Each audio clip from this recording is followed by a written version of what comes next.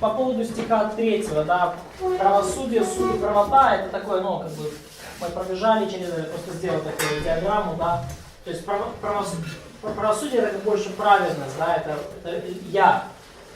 Суд это справедливость, это Бог. И правота или нелицеприятие, это отношение к другим.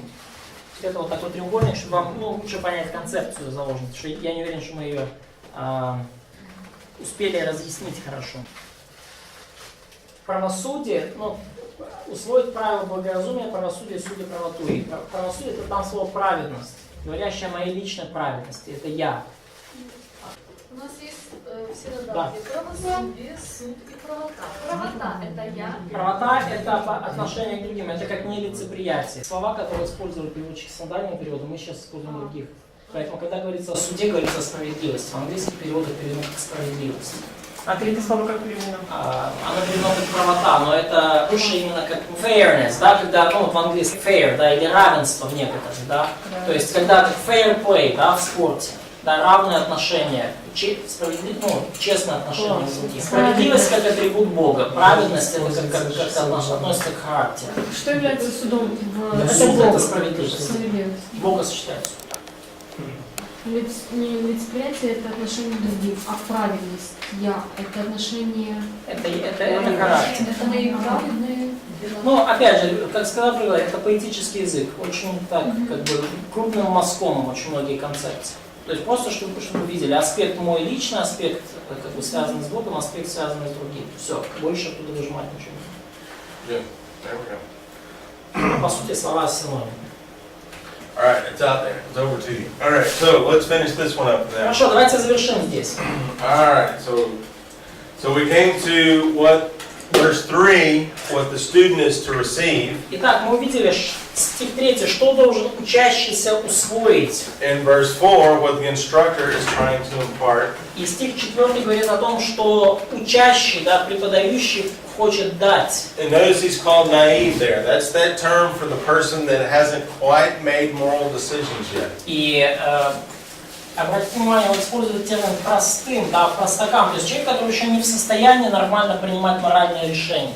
So again, from our parallelism, notice in the first line we have naive. И обратите внимание, про параллелизм, да, в первой строчке у нас говорится о простых, о простаках. In the second line of verse 4 we have the youth. А во второй строчке говорится, второй строчке 4 стиха говорит о юноше. And so he's supposed to learn these things. Да, юноша, по идее, вот всему этому должен научиться. Now notice in verse 5, this is something that as you go through the poetry, you'll see this time and again. И обратите внимание на 5 стих, когда вы исследуете поэзию, вы будете обнаруживать подобное явление. So you'll have a pattern that's infinitive, infinitive, infinitive, and infinitive. То есть у вас есть некие закономерности, да, инфинитив, инфинитив, инфинитив, инфинитив, потом еще один инфинитив будет. But right here in verse 5, there's no infinitive. It's like in brackets. Yeah, so this is in brackets. В 5 стихе нету инфинитива, поэтому мы понимаем, это как бы вставка в скобках, пояснение. So often when you have brackets like this is a principle. То есть поэтому часто, когда вы видите в тексте такого рода скобки, это выражается некий общий принцип. Now notice the flow of this passage. И обратите внимание на течение данного отрывка. So here's the purpose of the book of Proverbs. И вот цель книги притч. Here's what students are going to do, and here's what teachers are going to do. Вот что должны сделать учащиеся, вот что должен сделать преподающий. Now by this time, after you've done all that, what? You're a wise person, right? И к моменту, когда вы все это сделали, вы уже мудрый человек. But now look what verse 5 says. И посмотрите, что говорит 5 стих. Do you get to stop? Должны ли вы останавливаться в постижении Do мудрости? you get wise and now you're just done? Стали ли вы мудрым, и все, и теперь можно переставать учиться? No, this little parenthesis is incredibly important. И нет, эта маленькая вставка очень важна. Wise people will always increase in their learning. Мудрые люди всегда будут расти в своем познании. Now, what's the point of wisdom again? What's our big picture of wisdom? И в чем ключевой аспект мудрости? В чем такая глобальная картина мудрости? We're learning about God. Мы учимся о Боге. And we're learning how He created this world. И мы познаем о том, как Он сотворил этот мир. Well, God is infinite. Бог бесконечен. And the world, if it reflects God, is getting pretty close to infinite. И мир, сотворенный Богом, он в своей сложности, он стремится к бесконечности. So we're never going to stop learning. We're going to constantly get wiser. Мы никогда не перестанем учиться, мы должны постоянно становиться разумнее и разумнее. Now, again, the parallelism in verse 5. Опять же, параллелизм в стихе 5. We have increase in learning. Мы видим умножение познания с одной стороны. Now, how is the wise man going to do that in the second line? И как делает это мудрый человек? Умножение познания. Вторая строчка. Как это происходит? Умножение познания. He will discerning, get guidance. He's listening. That's right. He's going to listen to other men, other women, whoever. Слушает других, да? So there's going to constantly be a conversation with other wise people. То есть, иными словами, должна быть постоянная беседа с другими мудрыми людьми. Never go off by yourself. Вы никогда не стремитесь к мудрости в одиночку. You're constantly in your group. And for us, we know that's the church. Вы постоянно обретаете мудрость в группе, и для нас, заветных верующих, мы понимаем, что это группа церкви. Proverbs is not talking about the church, but we have a new community now. We live in the church. Да, книга Притч не говорит нам о церкви, но мы сейчас живем уже в общине нового типа, мы живем в церкви. So 6 now is going to give us 4 different types of things to learn. И шестой стих показывает нам 4 разные вещи, которым нам нужно научиться. So there's several things that we want to. И вот 6 разных вещей, которые нам нужно разуметь, которые нам нужно уделять внимание. And this kind of opens us up then to what happens in this book of Proverbs. И это как бы приоткрывает нам, что же происходит здесь в книге Притч. So we've got, so what is that first one there? It's like a proverb. Yeah, proverb. Да, первое это как притча. Просто. So what is the different one here? Like it's a parable in NSB, or in our text it's like the mysterious words. Yeah. So proverb, this mashal is the same word that's there in verse 1. Слово притча здесь то же самое, как в стихе первом, машал. And as we talked about, that word means to be like. И как мы уже говорили, да, вот это означает быть подобным. So we're going to make comparisons to various things. То есть мы сравниваем разные вещи между собой.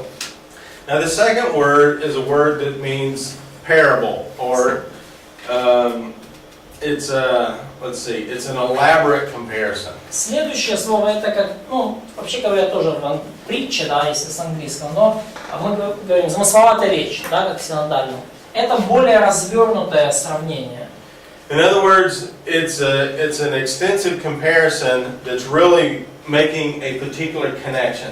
То есть это такое развернутое сравнение, проводящее четкую взаимосвязь. So you have to know what that connection is to understand it. И вам нужно понимать, в чем эта взаимосвязь, чтобы правильно понять вот такую замысловатую речь. For example, the most horrible example in the world would be Gulliver's Travels. Have you ever read Gulliver's Travels? Да. Yeah. Да. Why it's horrible? Well, tell me, and I'll explain. Наиболее ужасающее, наверное, сравнение такого рода – это книга «Путешествие Гулливера». Кто знает Джонатан Свифт «Путешествие Гулливера»? You know the reason he wrote that book? Знаете причину, по которой Свифт написал эту книгу? He was poking fun at the political parties in England, whenever, in 1700, 1800, высмеивал в этой книге политические партии, политическую жизнь там 17 столетия, 1600-х годов. Well, I have no idea who those political parties were. Я вообще понятия не имею о том, какие там были политические партии, почему он так на них обрушился. So I don't know what he was talking about. Поэтому я не понимаю даже, о чем говорил он. But I think the horses were Americans. Но мне иногда кажется, что там сторонники лошади там это американцы. Как партия лошадей, да? So the giants were somebody, and the Lilliputians were somebody. То есть гиганты кого-то означали, лилипуты кого-то означали. So to understand that book, you have to have these comparisons. И для того, чтобы понять эту книгу, вам нужно понимать вот все эти сравнения. So in Proverbs, to understand these little comparisons, you got to have that key. И в притчах, чтобы понимать эти сравнения, вам нужно иметь некий ключик к их раскрытию. Well, that takes some study. И это требует изучения. And then thirdly, we have literally the words of the wise И ones. третье, буквально сказано, слова мудрецов. So in other words, this is what the wise people of the world have been saying. То есть вот что мудрые люди мира говорили. And notice in our introduction we talked about there's a Minimopi, there's Augur, there's Lemuel. И помните, во вступлении мы говорили, да, что есть там эти египетские изречения, Агамемнон, есть Лемуил, есть Агар. And so there's a lot of wise people out there that Solomon has collected. И потому много есть мудрых людей, чьи изречения Соломон собрал. And then finally the last one is riddles. И последнее это загадки, да, да, загадки. And so these are they're hidden or obscure. Это вот такие высказывания, где значение оно скрыто, оно как бы немножко ну, таинственно. And so these are a little more difficult to Здесь figure немножко out. сложнее уже понять. So this is what we're trying to learn here. Вот чему мы пытаемся здесь научиться. And then finally, verse 7, we have our statement of wisdom. И в конце концов, в 7 стихе мы видим утверждение о мудрости, да, начало. And this basically summarizes all of those other verses. Да, и вот здесь вот суммируются фактически все предыдущие стихи. So remember this verse, this key verse. Да, помните, что этот стих ключевой. You may have to do some matching on the test on verses and what book they go to. So the second line of verse 7, is it parallel to verse 2? Let's see. I would probably say this is antithetical. You're right, it's saying similar things, but it's actually saying opposite things. I mean, are the words wisdom and instruction, are they similar? Oh, yes. Oh, for verses 1 and verse 7? Or verses 2 and verse 7? Let me look real quick. So we have Hokmah and Musar. There's the same words. Да, Yes. и вот эти слова мудрости наставления в конце 7 стиха, которые презирают глупцы, And Hokmah это те же again, самые, которые здесь в начале. Hokmah again is more the skill of working in the world. И опять же, хохма, мудрость, это больше как навык жизни, Musar has more to do with discipline. а мусар больше относится к дисциплине. And it begins with parental discipline, И начинается все с родительской, отеческой дисциплины and then it turns into self-discipline. и переходит плавно в самодисциплину. So there's a skill in life, and then there's this self-control. Поэтому есть, во-первых, с одной стороны, мудрость это как навык жизни, а с другой стороны самоконтроль. And so remember, one of the fruits of the Spirit is self-control. Помните, что один из плодов духа это самоконтроль, или как в синодальном тексте воздержание. Нет, целомудрие. All right, so let's finish up today with something that's fun. И давайте сегодняшний день завершим веселой частью. And wise at the same time. И это будет и веселое что-то, и мудрое одновременно. So let's go to the last verses of Proverbs. И давайте коснемся последних стихов книги Притч. Proverbs 31. Притчи 31 глава. And this is a special type of poem. И здесь поэма особого рода. So I sent you over an acrostic so that you can see the words I'm saying. Just a second. Yeah, I'll open it up on my smartphone while. Let me talk at this acrostic first of all. И давайте я вначале вам сейчас скажу. Can we erase this? Можно удалиться? Oh, hang on. Да, я уже There. скинул. There we go. Уже можно? You Good? can. Yeah, take it out. Alright. Yeah, I got it out.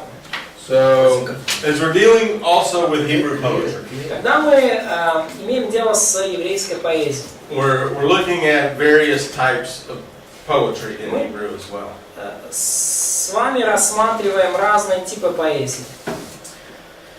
So, if you're familiar with Psalm 119, I'll erase this here. Если вы помните 18-й псалом, Psalm 119 is called an acrostic. Псалом 119, Псалом 118, извините. Псалом 118 это акростих, он базируется на акростихе. Now, an acrostic is a format, I would say probably for memory's sake, for the И most part. акростик — это такой формат, который используется в основном для цели того, чтобы лучше запомнить. And this is one of the best ways to remember something is to have a pattern. И один из наилучших способов что-либо запомнить — это когда есть закономерность определенная.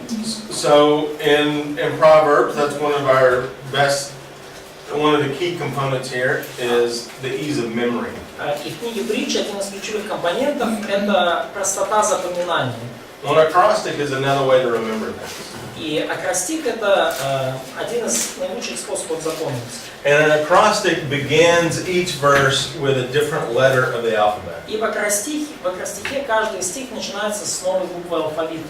So if you notice in verses 1 through 8, all begin with Aleph. И если вы обратите внимание, то в стихах с 1 по 8, 31 главы, все начинается с буквы Алеф.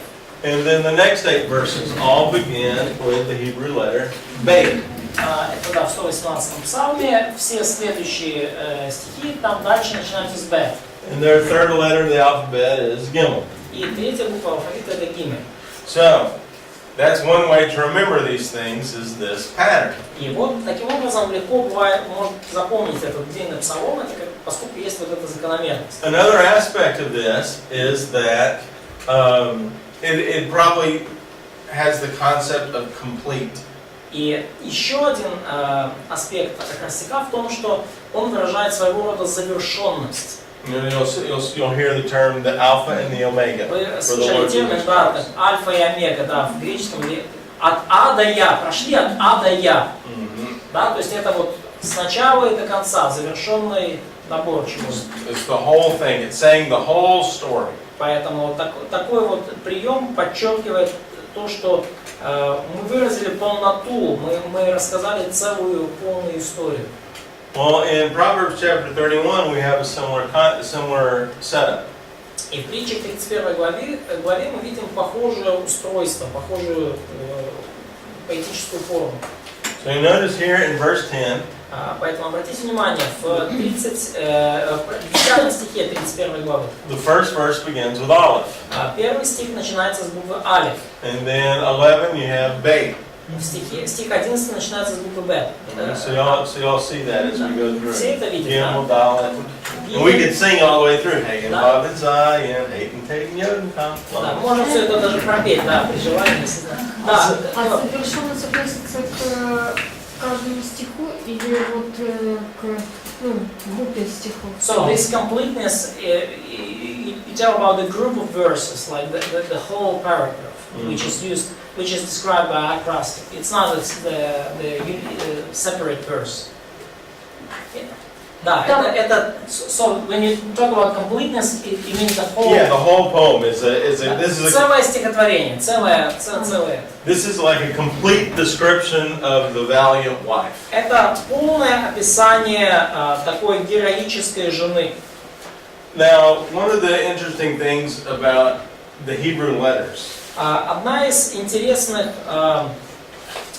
особенностей еврейских букв is that the Hebrew letters are actually words as well. Это то, что еврейские буквы это в то же самое время не только буквы, но и слова. Yeah. So Aleph, first of all, do you know what Aleph means? Например, слово алеф. Знаете ли вы, что оно означает? Понятна мысль, нет? Что буквы это и слова. Не знаю, был человек. Бейк, по-моему, сейчас я такая Точно. Еще раз. Like ox. Yes. Aleph means ox. Да, это алеф означает вол. So what concept comes from the ox? И какую концепцию вы видите в слове вол? Like something hard work, someone who is hard work. Hard work, strength, very good. Да, сила, усердный труд. Aleph is also a leader. Алеф также это концепция руководителя, лидера. Now when this letter was first made, И когда эта буква вообще it was like this. It was like an ox. Первый раз соблюдена, это вот она так писалась, да, то есть таким образом изображался вол, да, с рогами, да. And then it went like that in Ну, Hebrew. потом для краткости немножко вову подрезали голову. And in American it went like this. А американцы вообще сделали да, вот. So, well, I guess Greek is. I should go with Greek. Да, наверное, не американцы, греки первыми так. So in Hebrew it went like this, and in Greek it went like this. Да, в греческом альфа вот изобразили таким образом. Ну и прописная тоже черточкой. А? Прописная алиф. Тоже черточкой и как рога. Да? So it's the same way they handwrite aleph in Hebrew sometimes. Да. Yeah. And aleph, another meaning for aleph is leader. И то есть таким образом одно значение алиф это вов, а второе это руководитель, лидер. Now we want to be very careful when we do this. И конечно, когда мы такими упражнениями занимаемся, надо быть очень осторожными. So we don't want to read into Scripture something that's not there. Поэтому мы не хотим вчитать, вычитать из Писания что-то, чего там нет. And what I would say is this acrostic is going to help you memorize this verse better than before. И что я пытаюсь донести, что этот акростих поможет вам заучить данный отрывок лучше, чем вы пробовали, может, его заучить раньше. So somebody read verse 10 there. Прочтите кто-то 10 стих. Хорошая жена, кто ее найдет? Ко мне драгоценных она дороже. All right. So does this concept of strength or hard working И вот эта or a leader, does that come out in this verse? концепция силы, усердного труда, лидерства, как-то она проявляется в этом стихе? Maybe a little bit. Maybe a little bit. Может быть, чуть-чуть, да. Yeah. Now the second word, bait. You know what bait is? Bait. Да. Знаете ли вы, что означает само как бы слово, стоящее за буквой? Bethlehem. Bethlehem. Bethlehem. House of the bread. Very good. Very То good. есть дом. Yeah, house of bread. Да, дом хлеба. Дом. And so house. So now read verse 11 here. Бет это дом, поэтому прочтите, пожалуйста, 11 стих. Всем сердцем верит ей муж, с ней он не будет в убытке. Husband has full confidence in her and lacks nothing of value. So you think there's the concept of being at home? Как вы думаете, есть здесь какая-то концепция того, что значит быть дома? Maybe family associations? Может быть, дом скорее как ассоциируется с семьей. Another terminology for a house would be temple or house. Еще одно как бы значение слова дом, помимо семьи и физического дома, это храм. Now that's probably not in here.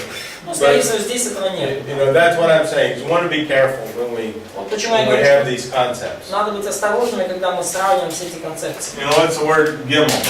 You know what a gimel is? Следующее, гимель. Да, знаете ли, что это? Что оно означает? Гимель.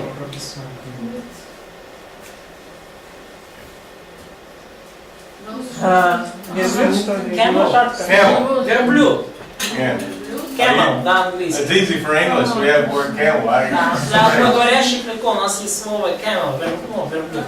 So what concepts would you see with camel? Какую концепцию вы видите, говоря о верблюде? Жует. Есть chewing. How about that?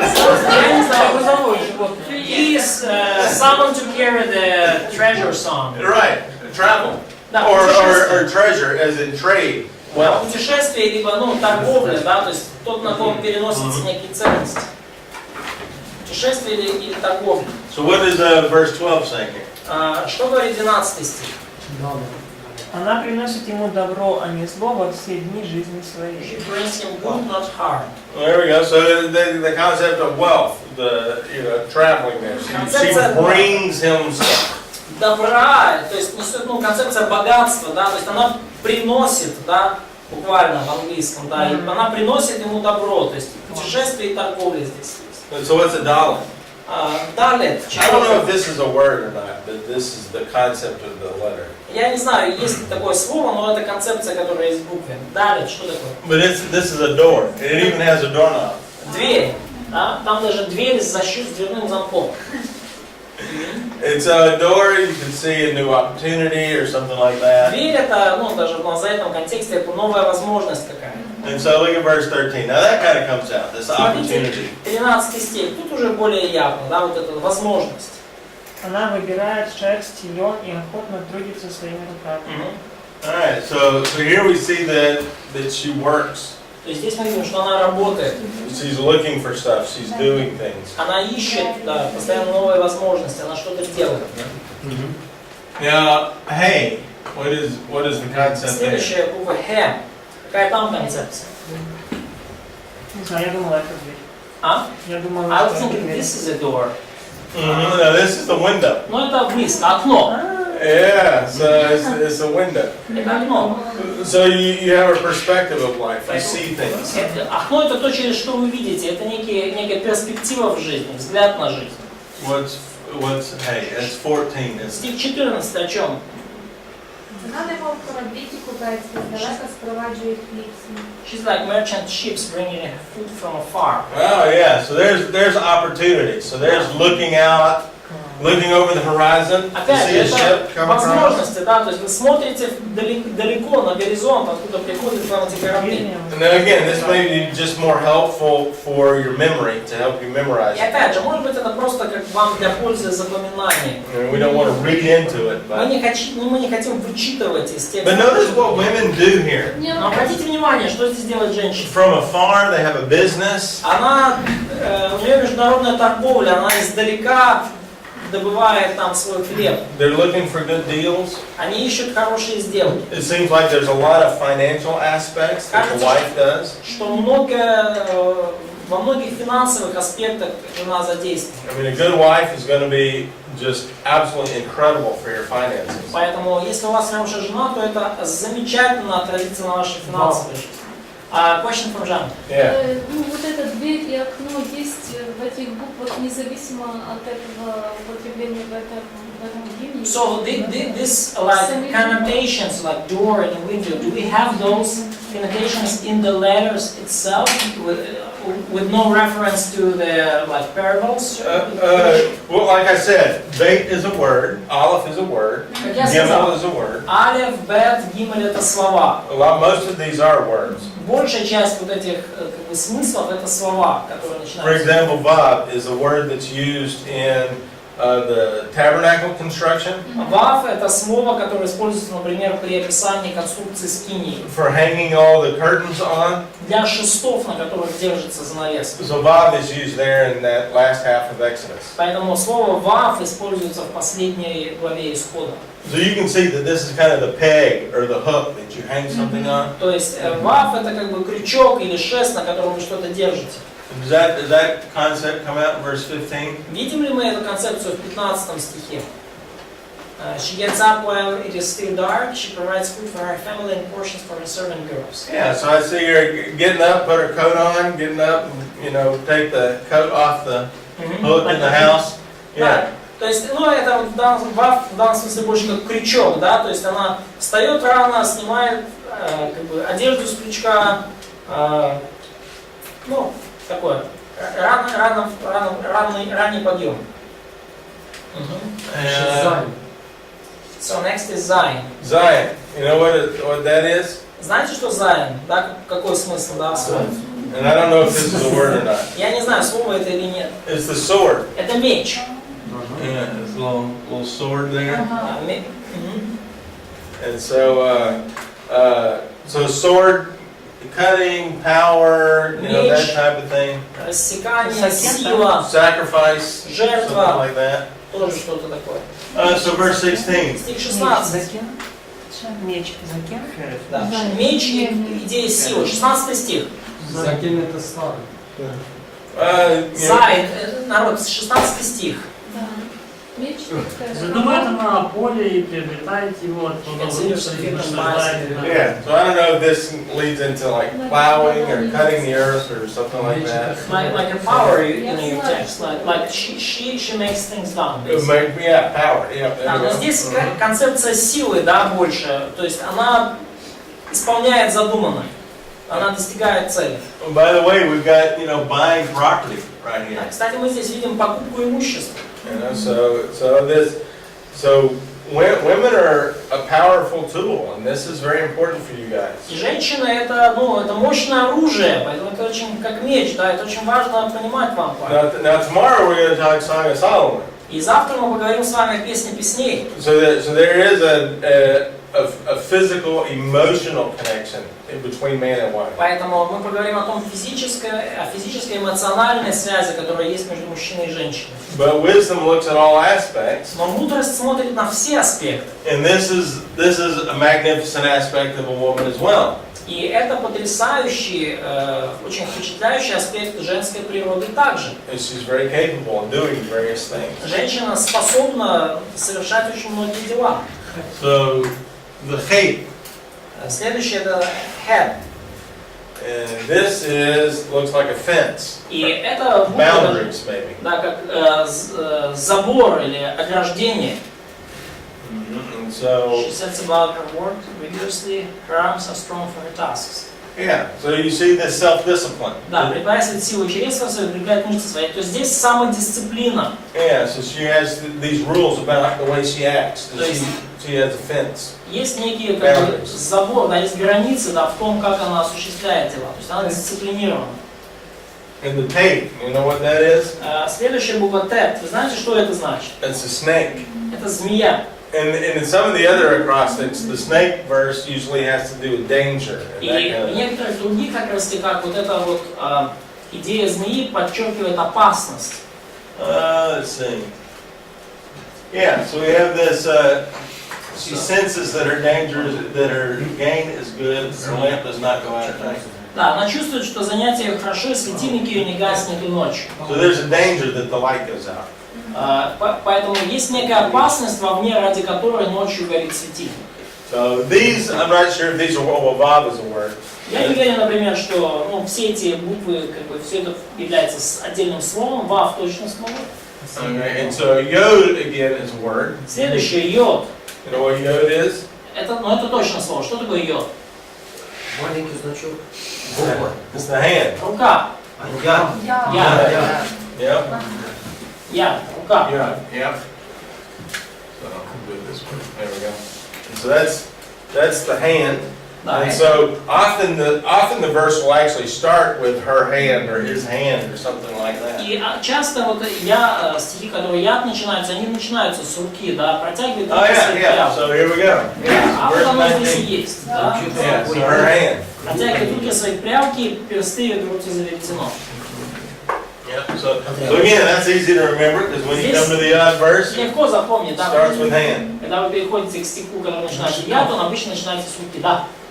So what's kof? Буква Юд. Oh,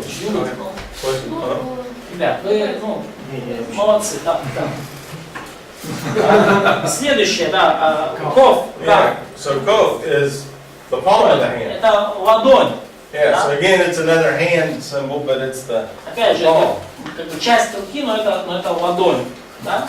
Yeah. So here we go. И здесь вот, опять же, ладонь свою открывает бедную. She extends her hand to the poor. Протягивает руку свою нуждающую. So again, very, very easy to remember the poem here. Очень легко запоминать. Lamed. Ламы. Что это? It's a walking stick. Or Посох. the ox goad. Да, или посох, или кнут для скота. And the big pole with a whip on it, and you smack the Да, то есть, animal to keep moving. то есть длинная палка с веревкой на ней, чтобы вы там животное ободряли двигаться дальше. Yeah, so she's not afraid. То есть и мы видим, да, здесь в 21 стихе, что она не боится стужи. And she runs the household. She's got the whip. She cracks the И whip, она, runs the household. она как бы руководит домашним хозяйством. Она как бы всех вот так трошки святыми, значит, так сказать, пенделями, да, двигает вперед. Yeah, so main. What's main? Мем, что это? Не знаю, покрывало такое. Water. А? Вода. Yeah. So you see the concept of life or refreshment or Да. something like И это that. концепция жизни, освежения. She's clothed in fine linen, purple. She makes covering for her bed. Well, see, there's one that I don't know the connection with. Да, ну вот это тот стих, где я не вижу взаимосвязи, я не понимаю.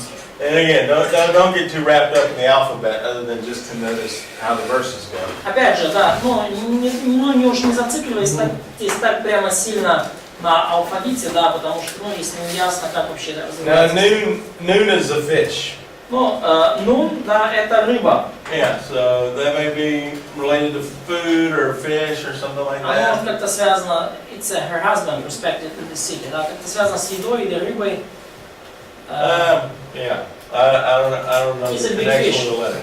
Well, maybe a big fish. There you go. Да, может, I like that. да, ее муж большая рыба, как мы говорим, да? See, wise counselors. If you're trying to memorize this together, somebody will come up with an idea. Да, вот что значит мудрый советник. Если вы пытаетесь вместе понять, у кого-то появится хорошая идея. But notice that the man is working in the city. Но обратите внимание, что мужчина работает в городе.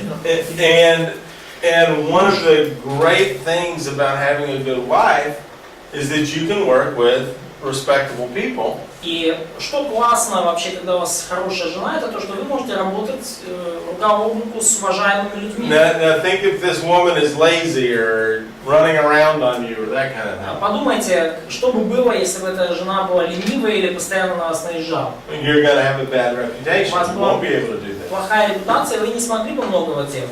So the noble wife is someone that allows you to have that reputation. Поэтому благочестивая жена позволяет вам иметь хорошую репутацию. Now then, Samik. Да, следующая буква самик. See, the Samik used to look like this. It was the lever in the rock. Вот это вот самок выглядит так, да? Это как рычаг, Yeah. точка опоры. So you have extra strength or extra power. То есть есть какая-то дополнительная точка приложения усилий, дополнительная сила. So verse 24. Стих 24, давайте посмотрим. Yeah, so she adds things to the household. То She есть makes она stuff. добавляет, да, она делает покрывало, продает, пояса доставляет, она добавляет силы домохозяйства. Now here's another letter that's actually a word. Ayin is a word in Hebrew. Следующая буква, которая есть слово, да, это айн. Ayin either means eye or it means fountain, as in И water. айн может означать либо глаз, либо источник. And so I bet you this is maybe actually Yeah, the it's word. there. Yeah, she looks in the future. She can laugh at the days. In Russian, like she looks at the future with joyfulness. Okay. Yeah. Yeah. There you go. Да, Yeah. в русском, да, видна взаимосвязь, она весело смотрит в будущее. In several of these, you'll actually have the word ayin used as the first word in the verse. Да, like several. And some of the other acrostics. And there's about 15 acrostics in the Psalms, Proverbs. Да, и вообще акростихов где-то 15 в притчах, в псалмах, и во многих из них это слово «айн» непосредственно The используется. first 2 or 3 chapters of Lamentations are acrostics. Второй, третий стих Плач Иеремии, да, это акростих. Chapters or verses? Chapters of Lamentations. So Lamentations chapter 1 is an acrostic. Lamentations chapter 2 is an acrostic. Первая, вторая глава Плач Иеремии, это акростихи все. So if you see a chapter that has 22 verses, Поэтому если вы видите главу, где 22 стиха, what's the first thing that comes into your что mind? первое должно прийти вам на ум? That's an acrostic. That's Это right. акростих. Yeah. Да-да. So bang. Yeah. Бэм. Bang. So what is that? Что это означает? So here's the mouth. Рот. You got the mouth all opened up right here. Видите здесь открытый рот, да, сама буква показывает. And pay actually is the word for mouth, right? Да, и бэм, кстати, это и слово, которое используется как для обозначения рта. So verse 26. Уст. Что говорит 26 стих? Well, there it is. She opens her mouth. Уста свои открывает с мудростью и кроткое наставление на языке. Yeah. So tzadeh, Цаде. that's the scythe that cuts the wheat. Это вот коса или серп, который пожинает там траву или урожай. Verse 27. То есть это что-то говорящее о принесении плода, о результатах. She watches over half her household does not eat the bread of idleness. Yeah, so you'll see that the scythe is used in making bread. So that concept of bread. Да, то есть вот, коса или серп используются в контексте производства хлеба, да, и здесь вот Now, one thing you'll notice праздности упомянут. in acrostics is sometimes these letters will be switched. И что вы можете обнаружить в акростиках, что порой вот эти Sometimes the pay will come before. буквы могут меняться местами. Иногда род появляется первым, а серп там следующим. And some people will say that the alphabet changed at some point in Israel's history, but I don't know the details. И некоторые люди утверждают, что алфавит в какой-то момент израильской истории поменялся чуть-чуть, но я не уверен. Ну, я недостаточно знаю. Какой-то вопрос был, нет? Дальше. And a kof. Следующее, ков. So this is the back of the head, the neck and the back of the head. Это как бы задняя часть головы, да, задняя часть, как шея. So sometimes maybe memory, you may see that. Иногда это контекст памяти or subconsciousness. Или нечто подсознательное, неосознанное. So here we see the children bless her and the husband blesses her. So here we have the head concept is important. И здесь мы видим, как дети ее хвалят, и муж ее хвалит. И здесь мы видим, что важна вот идея головы, да, головы. She's someone to be honored. То есть она та, кого надо почитать. Resh is the other side of the head. That's the forehead. Следующая реш, это уже другая часть головы, это лоб. And so here we have thoughts, you know, what might be in your head. И это то, что уже больше говорит о мыслях, то, что как бы у вас как бы впереди головы. Yeah, so here's what other people think about her. И вот что они думают другие люди, да, 29 стих. So the good wife has a great reputation with other people. Да, поэтому у хорошей жены прекрасная репутация среди других людей. And so sheen are the teeth. You see all the teeth? Зубы, да? Yeah, and so you have consuming or eating or destroying even as a concept. И это вот здесь идея поедания, потребления, даже уничтожения, поглощения. So in verse 30, what do we Стих got? 30, I think that's just more literal here. No.